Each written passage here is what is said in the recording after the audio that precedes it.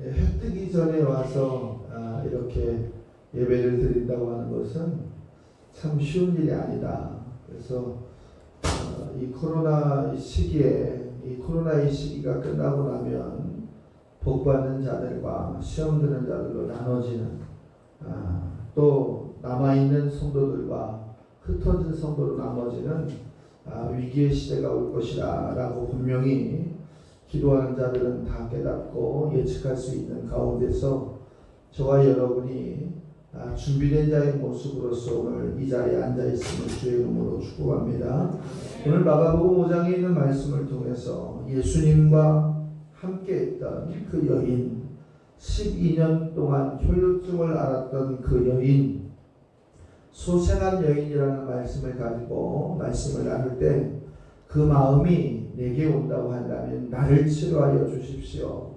내 가정을, 내 직장을, 내 삶의 영육을 치료해달라고 하는 믿음의 고백을 통해서 축복받는 저와 여러분 되시기를 바랍니다.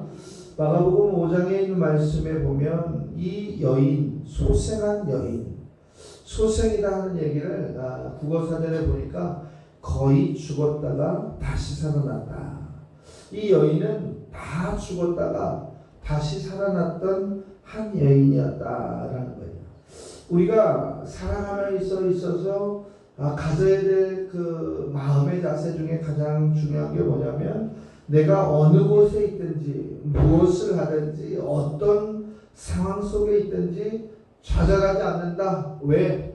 예수님이 나와 함께하고 있기 때문이다 라고 하는 이 결심의 믿음, 결단의 믿음이 저와 여러분에게 있다면 오늘 이 소생한 여인을 뛰어넘는 큰 믿음의 축복을 우리는 경험할 줄로 믿습니다.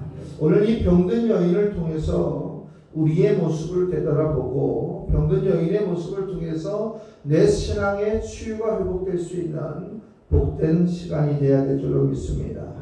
세상에 어떤 사람도 병든 것을 좋아하는 사람은 없어요. 병에 걸리기는 쉽지만 병을 치유하고 회복되는 길은 쉽지가 않더라라는 거예요.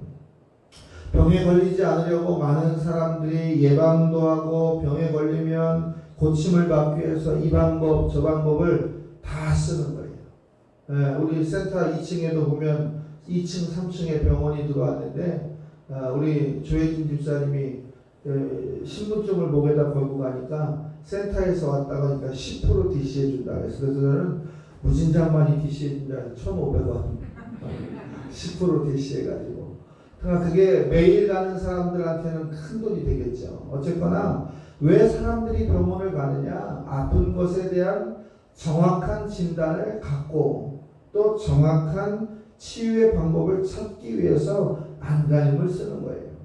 그래서 그것이 안 됐을 때 의사나 약의 힘이나 또 운동의 힘이나 이러한 것들로 그것을 극복하려고 합니다. 오늘 본문에 나오는 여인은 첫 번째로 무엇을 가졌느냐면 병들어서 고통을 당했다. 이 소생한 여자는 병이 들어서 고통을 당했다. 그래서 어떤 고통을 당했느냐? 첫 번째 12년 동안 고통을 당했다. 혈루증으로 12회나 고통을 당했다. 과거의 시대의 생명 통계력을 본다고 한다면 이 여인의 12년은 아마 인생의 전부였을 거다라는 거예요. 황금 같은 생애의 시간을 질병으로 시달리고 고통당했던 이 사람은 안 봐도 이미 우리 눈에 선한 거예요. 병에 걸리면 마음도 약해지고 의욕도 약해지고 경제권도 약해지고 모든 것이 피폐해지는 것이 당연한 것인데 그것을 12회나 2000년 전에 겪었다고 한다면 이 실상은 더 이상 고민할 필요 없이 극한 것이었더라라는 거예요. 사람들이 많이 이야기하지 않습니까? 돈을 잃은 것은 조금 잃은 것이요 건강을 잃은 것은 모든 것을 잃은 것이다. 그래요. 건강을 잃으면 모든 것을 잃은 것을 알고 있으면서도 조금 잃은 돈 때문에 사람들은 미치고 또 흔들리고 갈등하고 살인하고 분쟁하고 싸우는 그 가운데 있다라고 하는 사실이죠. 이 여인은 이 건강을 잃었다고 하는 것 모든 것을 잃었다고 하는 시간에 12회를 버릴 수밖에 없었습니다. 어떤 측면에서 보면 현대 질병으로 본다면 이제 육신적 질병도 또 정신적인 질병도 영적인 질병도 오늘 이 여인을 통해서 우리는 바라볼 수가 있어야 된다라는 거예요. 그러나 더 중요한 것은 어떠한 질병이든지 간에 예수 그리스도를 통해서 고침을 받을 수 있다라고 하는 답도 우리에게 함께 주셨다는 사실을 믿으시기를 주의 이름으로 축복합니다. 레위기 15장에 있는 말씀을 통해서 보면 이 여인이 가졌던 혈루증이라고 하는 것은 부정한 자의 기준에 나타났던 병이었어요. 그러니까 이 여인은 성전에 갈 수도 없었고 부정했기 때문에 그 옆에 있는 사람들도 다 피하는 거예요. 질병에 걸려서 한 해도 아니고 10수년을 걸려서 치료를 받는데 부정하다고 해서 그 조건마저도 다 격리되었더라라는 거예요. 이미 이 여인은 육체적인 고통, 정신적인 고통, 주위 사람들의 관계적인 고통을 통해서 너무 힘든 삶을 살아가고 있었더라라는 거예요.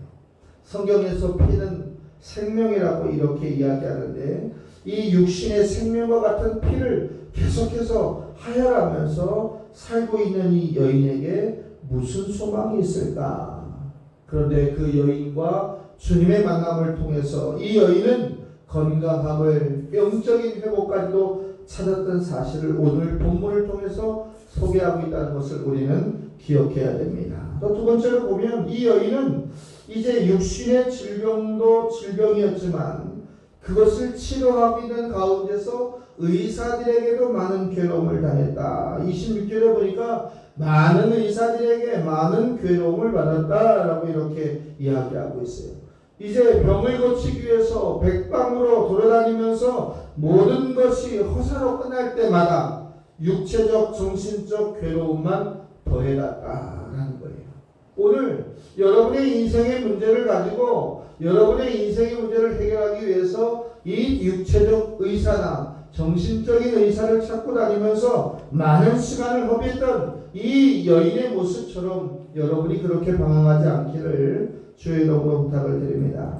이 여인은 세 번째로 뭐냐면 그렇게 살다 보니까 가지고 있었던 재산마저도 다 허비하고 없었더라라는 거예요. 26절의 말씀에 보니까 가진 것도 다 허비하였으되 아무 효용이 없고 도리어 더 추가하였다. 가진 것을 다 허비하였으면 치료받고 몸이라도 건강하였을 텐데 그것마저도 다 없어졌다. 그리고 몸은 더 많은 고통을 겪게 됐다라는 것을 말하고 있어요. 이 말씀은 오늘 고통 가운데서도 더 많은 세월을 허송했던 인생의 모습을 우리에게 보여주고 있습니다.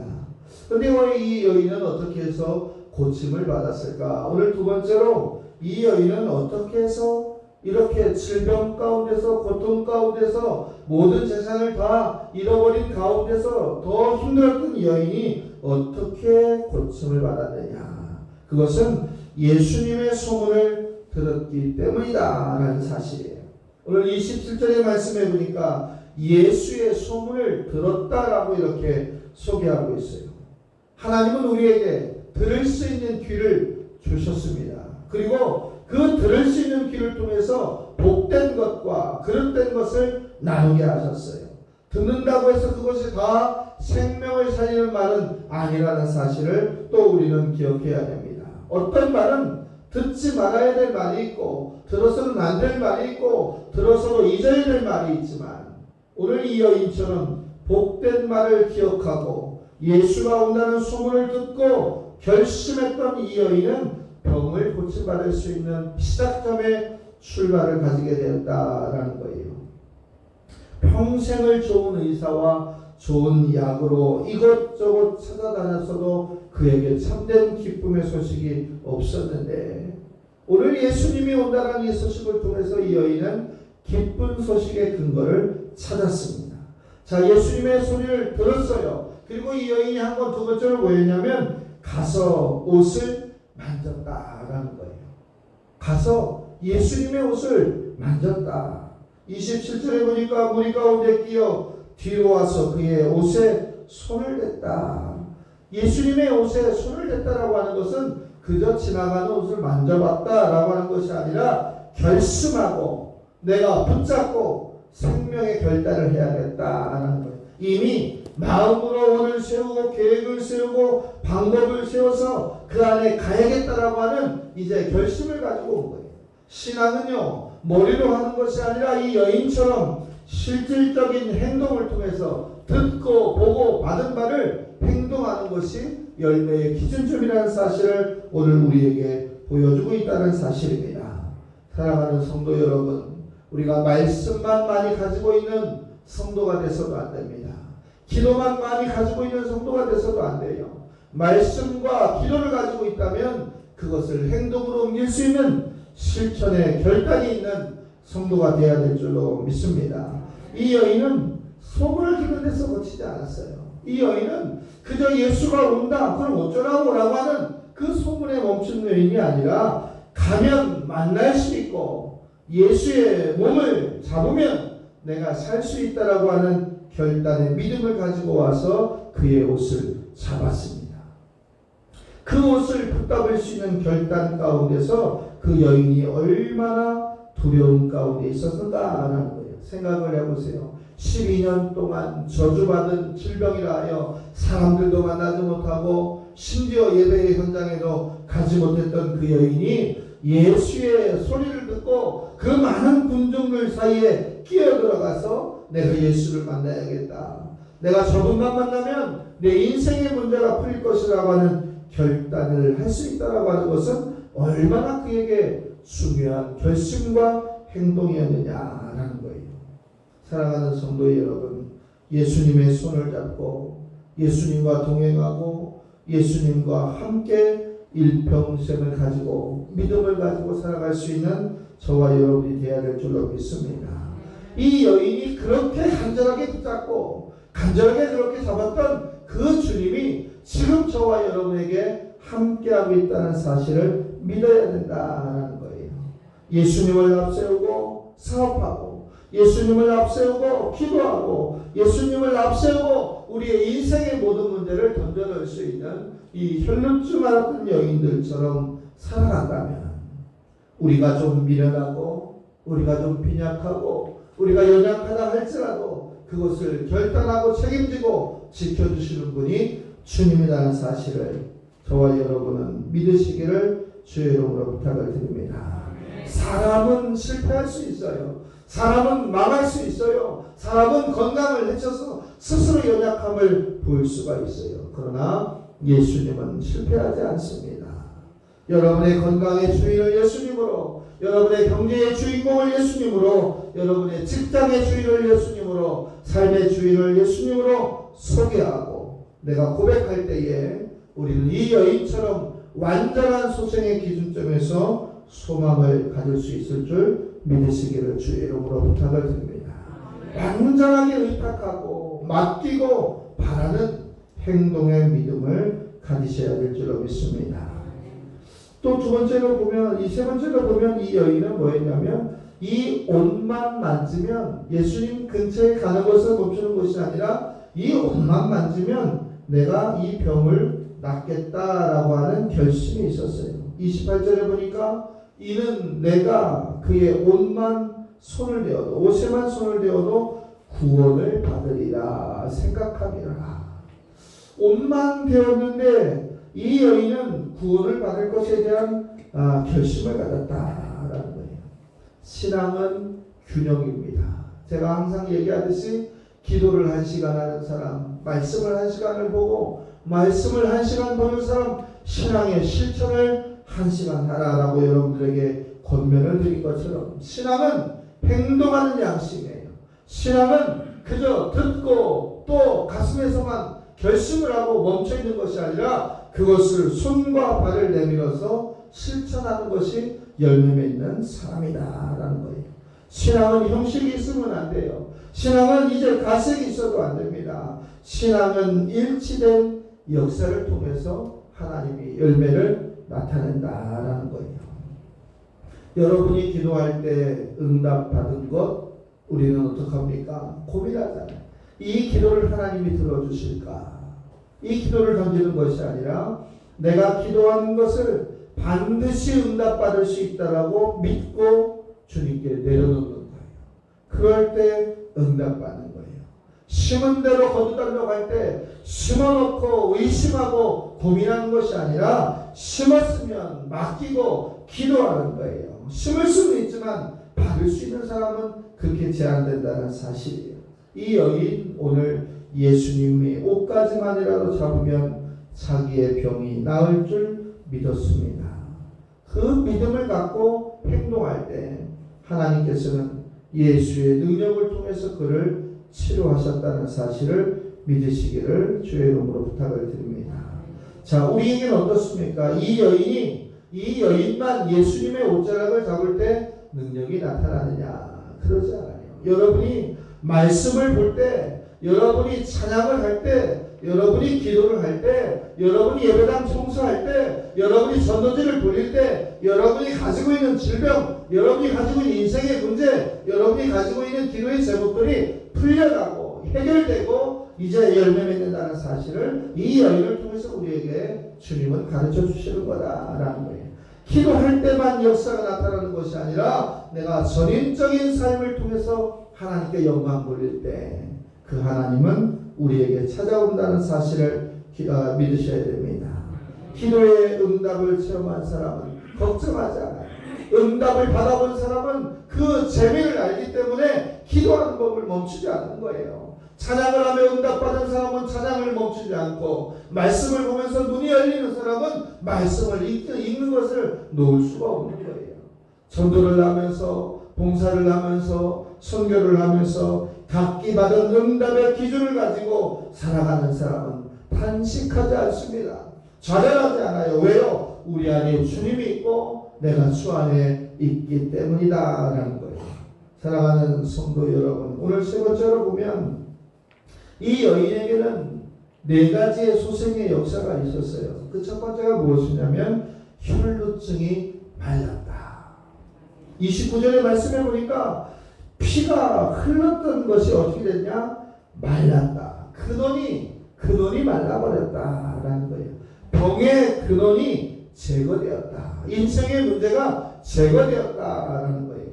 사랑하는 성도 여러분, 예수 믿는 저와 여러분은 안 된다, 할 수 없다가 아니라 주님이 함께 하시면 한다. 주님이 함께 하시면 회복된다. 주님이 함께 하시면 모든 것을 마르게 한다라고. 오늘 이 여인의 고백처럼 우리는 완전해질 수 있다는 사실, 그것이 우리에게 주는 첫 번째 축복인 줄 믿으셔야 됩니다.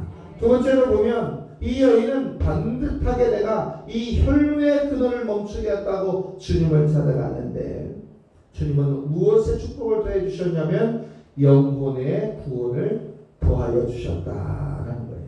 오늘 34절의 말씀을 보면 예수께서 이르시되 딸아 내 믿음이 너를 구원하였다. 나는 육신의 질병을 고치러 예수님을 찾으러 갔는데 그 간구함을 가지고 갔는데 주님은 거기에 더하여서 육신의 질병을 고치는 데서만 끝나는 것이 아니라 영혼의 구원까지도 허락하여 주셨다라는 거예요. 육신의 질병은 지극히 제한적인 겁니다. 그리고 이제 썩어질 것이고 유한한 것이고 한계점이 있는 것인데 주님은 거기에 영적인 축복을 더하여서 멸망받는 곳에서부터 우리를 끄집어내서 생명의 잔치로 초대하시는 놀라운 은혜를 더하여 주셨다라는 거예요.